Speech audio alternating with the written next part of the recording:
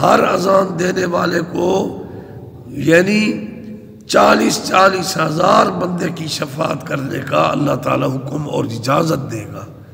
اسی طرح جو صحیح العقیدہ حفاظ کرام ہیں ان کو بھی اذن شفاعت ہوگا اللہ کے حکم سے، علماء کو، اولیاء اللہ کرام کو باذن اللہ وہ شفاعت کریں گے۔ لیکن جو اللہ اور رسول کے منکر ہیں، انبیاء کے منکر ہیں، کتب سماوی کے منکر ہیں، قرآن کے منکر ہیں، ان کے لیے کسی کی شفاعت نہیں ہوگی۔ بسم اللہ الرحمن الرحیم۔ یا بنی اسرائیل اذکروا نعمتی التی انعمت علیکم وانی فضلتکم علی العالمین واتقوا یوما لا تجزی نفس عن نفس شیئا ولا یقبل منها عدل ولا تنفعها شفاعت ولا هم ینصرون۔ صدق اللہ العلی العظیم۔ ان آیات بینات جو میں نے تلاوت کرنے کا شرف حاصل کیا، پچھلی آیات میں بھی اللہ تعالیٰ نے بنی اسرائیل کو مخاطب کر کے ان کی مذمت کی تھی، اور پھر ان آیات بینات میں پھر اللہ تعالیٰ نے ان کی مذمت کی ہے۔ یہ اتنا بنی اسرائیل کے ضدی یہودی بدتمیز، تو اللہ تعالیٰ نے بار بار ان کی مذمت کی ہے۔ یہی اس انداز کی آیتیں پہلے بھی گزری ہیں، اب پھر اللہ تعالیٰ نے ان کی مذمت کی۔ یا بنی اسرائیل اذکروا نعمتی التی انعمت علیکم، اے اسرائیل کے بیٹو یعنی یا آل یعقوب، یاد کرو میری اس نعمت کو کہ میں نے انعام کیا اوپر تمہارے، اور بے شک تمہیں فضیلت بخشی تھی اوپر جہانوں کے، اور ڈرو اس دن سے نہ بدلہ دیا جائے گا جی کا کسی جی سے، یعنی ہر کسی کا کیا دھرا اپنے کام آئے گا۔ شایا یعنی کچھ ایک دوسرے کے کام نہیں آ سکیں گے، ہر کوئی اپنا جواب خود دے گا۔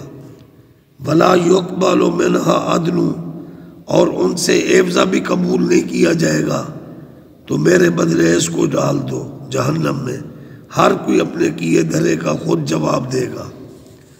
ولا تنفعها، اور نہ تمہیں نفع ہوگا شفاعت کسی کی شفاعت کا، ولا هم ینصرون، اور نہ کوئی تمہارا مددگار ہوگا۔ یعنی جو منکر ہوں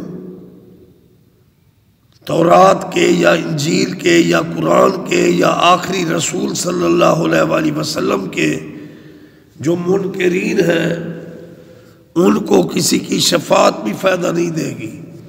ہاں باذن اللہ شفاعت برحق ہے۔ من ذا الذی یشفع عندہ الا باذنہ، کون ہے جو اس کے نزدیک شفاعت کر سکے الا باذنہ، مگر اس کے حکم کے ساتھ۔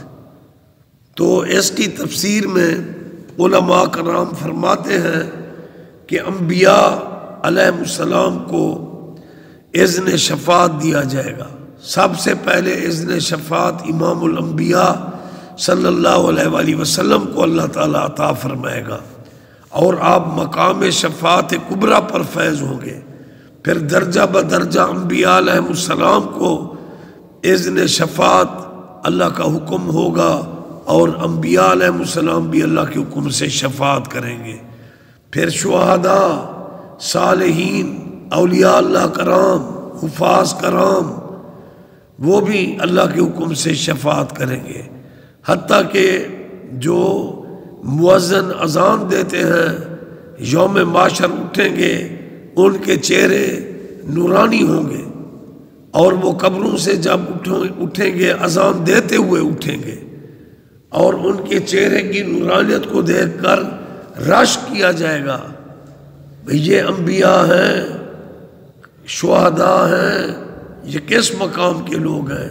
یہ مؤذن جو اذان دینے والے ہیں، یہ ان کا مقام ہوگا۔ سبحان اللہ۔ اور ہر اذان دینے والے کو یعنی 40 ہزار بندے کی شفاعت کرنے کا اللہ تعالیٰ حکم اور اجازت دے گا۔ اسی طرح جو صحیح العقیدہ حفاظ کرام ہیں ان کو بھی اذن شفاعت ہوگا اللہ کے حکم سے۔ علماء کو، اولیاء اللہ کرام کو باذن اللہ وہ شفاعت کریں گے۔ لیکن جو اللہ اور رسول کے منکر ہیں، انبیاء کے منکر ہیں، کتب سماوی کے منکر ہیں، قرآن کے منکر ہیں، ان کے لیے کسی کی شفاعت نہیں ہوگی۔ وما علینا الا البلاغ المبین۔